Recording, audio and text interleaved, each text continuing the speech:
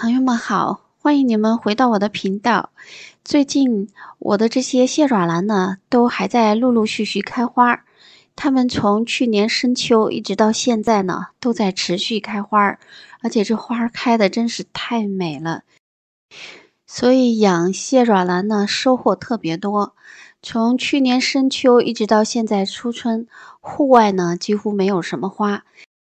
但是蟹爪兰呢，在大多数花都是淡季的时候呢，它的花呢开得特别好，它能够呢从深秋一直开到现在。那今天呢，我要给大家看2盆我的蟹爪兰，还有2颗假糖花。我要先呢说一说蟹爪兰和假糖花在外形上有什么区别，它们长得很像，但是它们不是一种花。另外呢，我还要说一说，就是在春天的时候，蟹爪兰的养护和假糖花的养护有什么不同。说完了这2点呢，我将翻唱一首非常好听的老歌《追梦人》。这首老歌的旋律呢，我想大家应该很熟悉，只要听到了这首歌，大家都会忍不住要跟着这个旋律哼唱起来，因为实在是太美了。我们呢可以一边赏花一边听歌。现在呢，我们就来说一说蟹爪兰和假糖花在外形上有什么不同。蟹爪兰和假糖花呢，都是仙人类的多肉植物，它们有很多地方呢非常相似，但是有一个非常明显的差别，就是蟹爪兰的这个每一个叶片，它的边缘是呈锯齿状的，而假糖花呢就不是，它的边缘呢没有锯齿，而是呢有一些细细的绒毛，看上去呢有一点像仙人掌，长得好像是小刺，但实际上呢，它这个绒绒的刺呢并不刺人的，非常柔软，应该说呢，感觉上和蟹爪兰很像，即使是不戴手套去，给它移栽啊什么的，都不会有刺呢刺到手。这一点呢，它和蟹爪兰就一样。但是呢，从外形上看，差别还是挺大的。至少呢，一个呢看上去一片一片叶子很扁，而这个假糖花呢，它的叶子呢要饱满得多了，而且呢，它更加接近呢像仙人掌这一类的多肉植物。好，那说完了它们俩在外形上的差别呢，我们再说一说这2种植物在养护上有什么差别。特别呢是春天，因为现在呢正好是春天。蟹爪兰呢是从深秋到初春一直在开花的。那所以呢，在春天来临的时候，蟹爪兰呢是要养叶子。因为蟹爪兰呢，只有给它养好了叶子以后呢，它到了秋天才会在新叶子上结好的花苞，而且呢会结很多。这个时候呢，可以呢把蟹爪兰呢做一些修剪，在它的花开完了以后，连着花下面的2、3片叶呢一起都拿掉，之后呢再给它呢施长叶子的花肥。假糖花就不是这样了。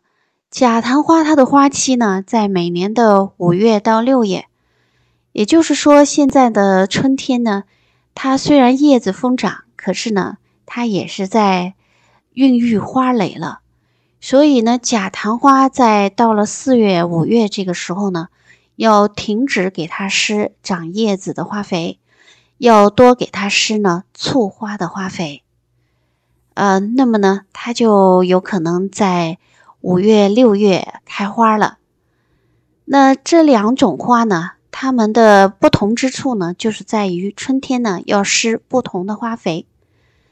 一个呢是长叶子的花肥，一个呢是开花的花肥。假糖花在5、6月份开完花以后呢，一直到冬天，到第2年的早春它都不会开花了，它1年就开1季，但是蟹爪兰可以开好几季，所以它们俩在施肥方面呢就有了很大的差别了。蟹爪兰到秋天的时候就施开花的肥，而假糖花呢就不能施了。另外呢，它们有一个共性，就是它们都很喜欢晒太阳，差不多呢都是需要6到7个小时以上的阳光。假糖花呢应该多一些，因为呢它更加接近仙人掌类的植物，我觉得呢它就更需要光照了。好，我们说完了假糖花和蟹爪兰外形上的差别，以及养护上的差别了。那现在呢，我们来欣赏这一首好听的《追梦人》。这首《追梦人》呢是过去有一部电视连续剧叫《雪山飞狐》里的主题歌。那我小的时候呢看过这部电视剧，不过不太懂。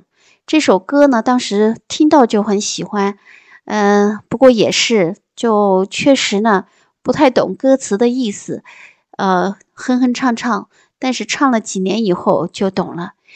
这首歌呢不仅旋律很美，它的歌词也非常美，是一首非常值得流传的好歌。那现在呢就请大家一边赏花一边听歌。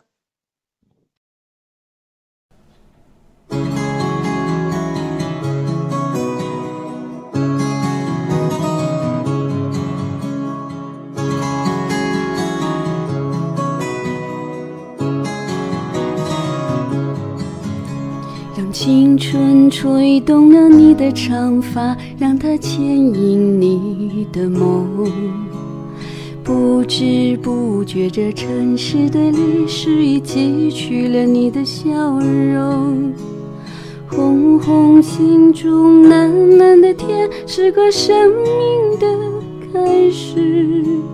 春雨不眠，隔夜的你曾空独眠的日子，让青春娇艳的花朵绽开了深长的红颜。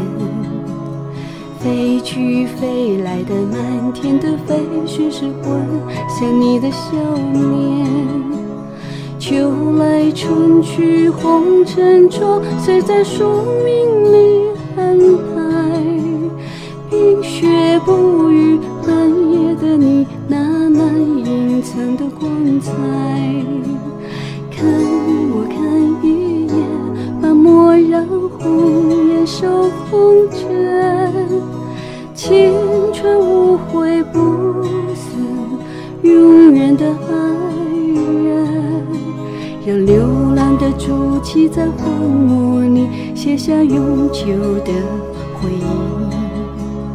飘去飘来的笔迹是深长的激情，你的幸运。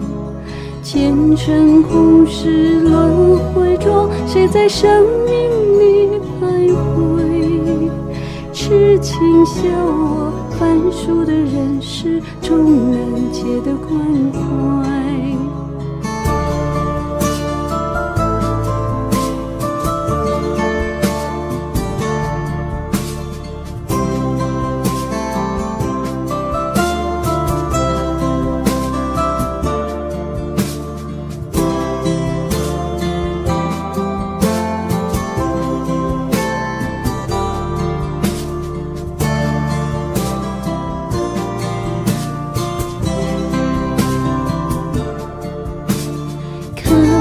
看一眼，把蓦然红颜手空着。青春无悔不死，永远的爱人。让流浪的足迹在荒漠里写下永久的回忆。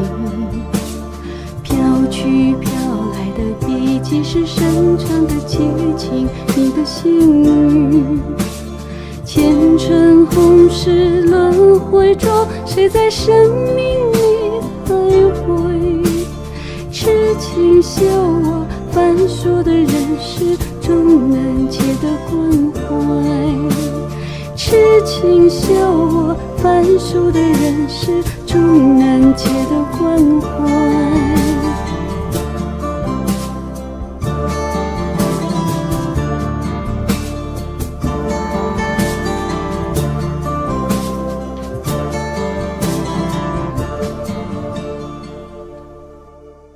谢谢朋友们的欣赏，今天我们就分享到这里。喜欢的朋友，欢迎你订阅、分享与点赞。我们下期再见。